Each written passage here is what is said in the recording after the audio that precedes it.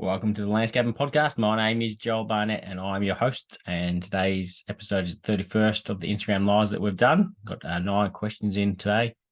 And out this week is pretty fascinating chat with Will from Wilden Design. So he's an English fella who lives in Dubai. He's been there for 9 years and a landscape architect.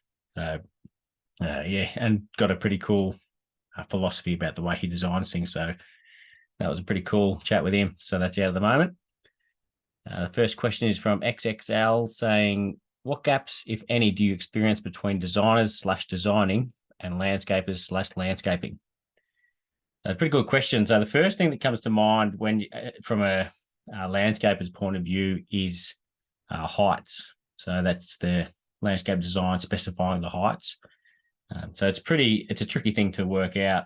So understandable when some people can't include it, but when clients will be spending, say, $20,000 on a design, and the heights, for example, like it might have like an alfresco area connected to a few other areas like a lawn and a pool area, and they're all listed as the exact same height, which is obviously nice if you're indoors where you can do that, but if you're outside, you need to have fall somewhere. So I think if you're paying for a design with that expense, it should specify the exact falls that you need to have everywhere, and even what type of drains to have.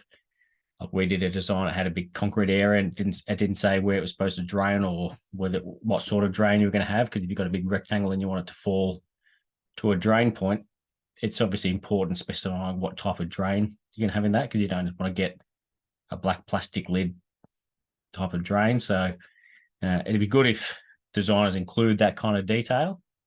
They'll go into the detail about what size pot to use for the plants and what its height's going to be in 10 years and all that sort of detail. But there's other little details which are more important.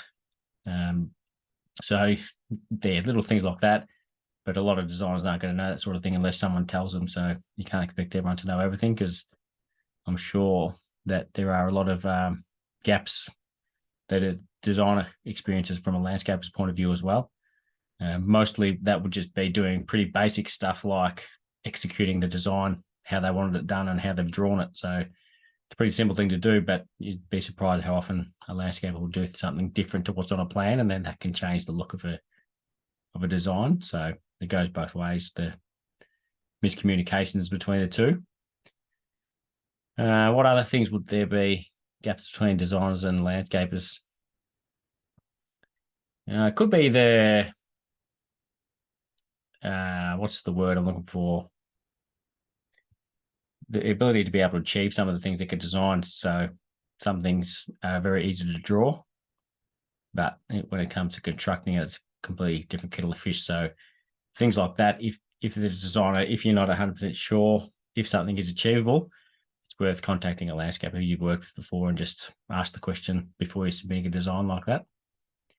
And the same deal with if you're a landscaper and you're getting a design and you think, that's not possible, can't do that, rather than kicking up a stink, you contact the designer, because they may have contacted another landscaper they know and found out that it is achievable and you just don't know how to achieve it. So they might have some advice for you on how you can go about it. So I think the key for bridging any gaps between landscapers and landscape designers is communication. So that's the best way to go about solving that.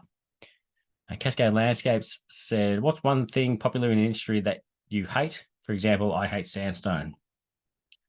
So racking my brain trying to think of anything, but I can't think of anything that comes to mind that I hate. No doubt there is. Excavation is one of those things, but that's not popular because no one likes doing excavation. But yeah, I'm not a fan of that. But I don't think there's any pavers that I don't like that's popular. Like, yeah, a lot of the popular things I get behind. I'm quite a sheep in regards to that. I don't have anything exciting going on that I come up with myself. I initially wasn't a fan of the naturals kind of native looking gardens, but now I am. So I've come around to that. So yeah, it's not a big hater on popular things in the industry, because I like too much about the industry, but it'd be tough if you don't like sandstone being in New South Wales because of the amount of sandstone that's available up there. And it'd be the same for bluestone in Victoria, limestone in WA. Yeah, I can't think. There's nothing. Even like red brick pavers, I like using them occasionally as well. There's no plants that I'm that unfond of that are popular. Possibly using gravel. I think gravel gets used a bit too often to save money, like for example down the side of a house, or done a few driveways with it as well. But it's not. It gets stuck to things, and like it gets stuck to your shoes, and like it's definitely the cheapest option, but it is for a reason, and you can't put gravel in and think it's going to behave like concrete. So there will be slight movement in there. There is going to be bits of gravel get stuck to your shoes and tires, and potentially blown. If there's steppers around it, it will get blown or stepped onto the steppers, and then there's gravel on that can be slippery. So I think the overuse of gravel paths could be something that I'm not a big fan of. Mitchell Saul Landscape said, how do you deal with stressful situations in business? Mostly by not dealing with them, and then they eventually go away, because a lot of the things that I can get stressed about aren't that big a deal. So it's good to sort of sleep on things and understand that a lot of things you can get quite worked up about aren't that big a deal, and there's a solution to every problem. So it usually just takes time or money or effort. So I think I mentioned it in the chat with Cam just on the recent podcast last week. Like there was one morning I woke up pretty early, like 2:30 or 3:00, and I was freaking out about how I was going to pay some bills. And then so I didn't sleep well that morning. And then when I got up, I looked up the amount of invoices I needed to send out, and there was 3 times the amount of value in the invoices I needed to send out than there was payments need to be made. So, just know that if you do come across a stressful situation, that there will be that situation will pass eventually. So you might have to knuckle down for a couple of weeks or months to get past it. But it was something my mum told me when I was 15 and just hating school more than I could possibly think. It was just the worst thing in the world. And she said that there'll be a time eventually that it will just be a memory. So there will be a time when you're not going through the bad times. And that was what I want now. That was 25 years ago. So she was right. That is just a memory now. So, stressful situations and any negative situations are just temporary. And if you can't work out a way to get around it yourself, just reach out to someone and ask for some advice, because a problem shared is a problem halved. Peter Donegan said, what is the worst anonymously asked question you've ever asked? Now, I haven't actually done any yet. I did say at one stage that if you ever hear an anonymous question, and then I say that was a great question that was from me, but I've been lucky enough that we get enough questions that I haven't had to do that yet. And I never come up with any good questions anyway, so I haven't put any in yet. So I haven't asked any worst questions yet, but they will come eventually, I'm sure. Tom Lynch said, how many hours do you work on weekends, whether it's on the tools, bookwork, or quotes? It's a good question, because it's a tricky question, because it's not a common number. Like sometimes I'll work on site on Saturdays. Other times, like a lot recently, I haven't done any Saturdays for a while. Been doing some concreting at home. But I would say the minimum I do would be 3 hours at a guess, 3 or 4 hours.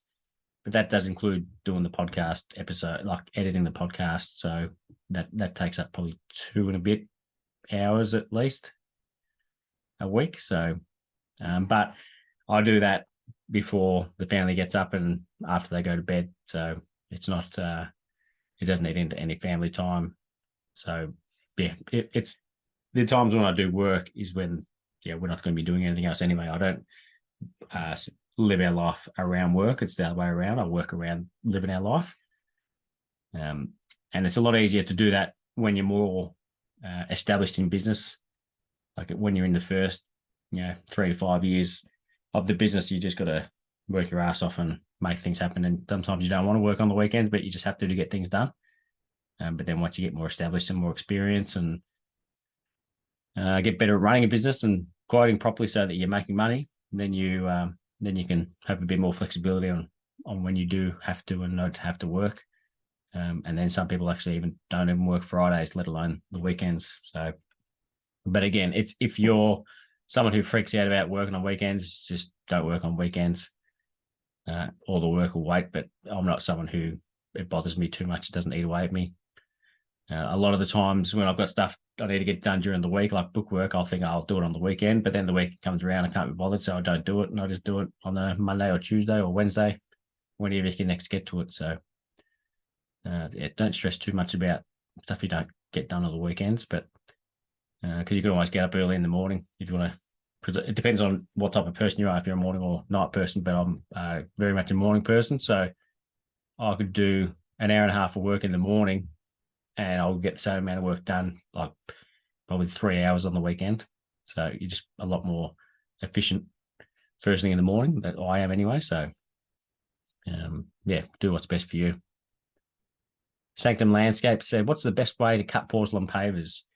I've only done one job with porcelain pavers, and we just used I think it was just a brick saw, just a wet brick saw. But I think I've probably used a grinder with it as well. But both times it's an extremely hard product to cut. So it's not like there's a special diamond saw blade or anything that's going to make it easy to cut. It's a very dense material and it's 20 mil thick, so you can't just snap it like they do with tiles. So it's just take your time with it and make sure that, like a lot on the packaging on a lot of the saw blades, it'll have a list of what it can and can't be cut with and what it's specialized for. So a lot of time there'll be a tick if it's suitable, a cross if it's not suitable, and a double tick if it's ideal for it. So just find the right blade for that. And just be patient with it as well. Just know that it's a really dense material, so it does take a long time. Shane O'Brien 05 said, just giving Ashley James and Dan Foreman their weekly airtime. And I can now confirm officially that Dan Foreman has the Jamie Drury rig covered. So Shane actually sent me a couple of images which are just insane to see, of Dan Foreman with his shirt off, flexing.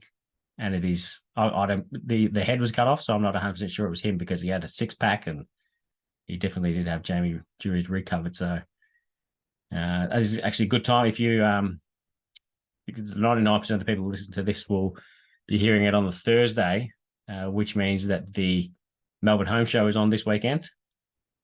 So you could, if you're curious and you're there, you could possibly ask Dan to lift his shirt up. I'm sure he might do that at the Melbourne Home Show and show that he does have Jamie Drury's rig covered. But if you don't want to do that, still a good idea to go to the Home Show, which is on this weekend. There's heaps of good designers and landscapers and plant nerds there. Dan will build a garden as well, so there's something good to look at there, as well as some other bits and pieces to learn about the Home Show. So yeah, if you go into and it's free to go to, so nothing to lose, and it's at and then there's a Sydney and Brisbane one later in the year as well. But the Melbourne one's on this week, and you can go onto the Melbourne Home Show website, and I think it's called the Greener Living Space or something like that. And then you can once you click on that on the Home Show website, you can see who's talking on what day. It might still say that I'm going there, but I'm not going to be there because you had me down on a Sunday, which is when. So I think it's the landscape. I think on the Friday a lot of the suppliers talking, the suppliers who are supplying materials for the garden that Dan designed and built with some other fellas. And then Saturday, I think they're mainly landscape designers, and then Sunday is the landscape construction people. And he had me down on the Sunday, but my son's got soccer, so I won't be there. Two Cups Camping said, what's the best sign that it's time to strip formwork for trowel finish concrete? So I'm only in the early days of learning that myself, but I've found, and it'll be different for every person, but I've found when I think it's ready to go, I need to wait longer. So you just need to be more patient. It's obviously going to also depend on what time of year. Like at the moment, it's winter, so it's going off a lot slower. Like I've been doing a couple of pours, and I'd start the pour at like 7:30 in the morning. I've been hand mixing them though, and then I'm still finishing troweling it after 5 o'clock. So it takes a hell of a long time. And the more you trowel the top of it, the slower it is to go off. So that's also something to keep in mind as well. It's good if you've got something else to do and you're not just sitting at home looking at it at the window like I have been, because then you just go out there and think, oh, I'll give it another trowel, and then it just takes longer to go off. But yeah, you just know from experience.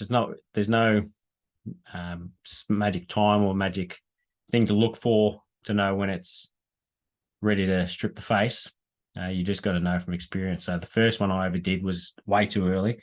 So when I was troweling the face, it was just pushing up the concrete. So made it easy to cover up any holes.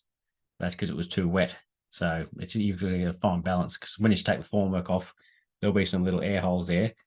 So you want to take it off early enough that it's still wet enough that you can massage that to get rid of the holes, but not too wet that it moves the concrete when you're doing that. So yeah, it's tricky timing, but that's why it's a skilled thing to do, because not everyone can do it.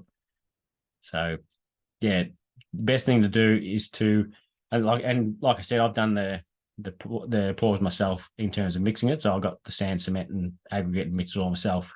So you don't need to do anything fancy. You can just make a square box like 300 by 300 or something. Just make one of them and fill it with concrete, and then have a play with that. And obviously, the thicker the concrete is, the slower it's going to be to go off.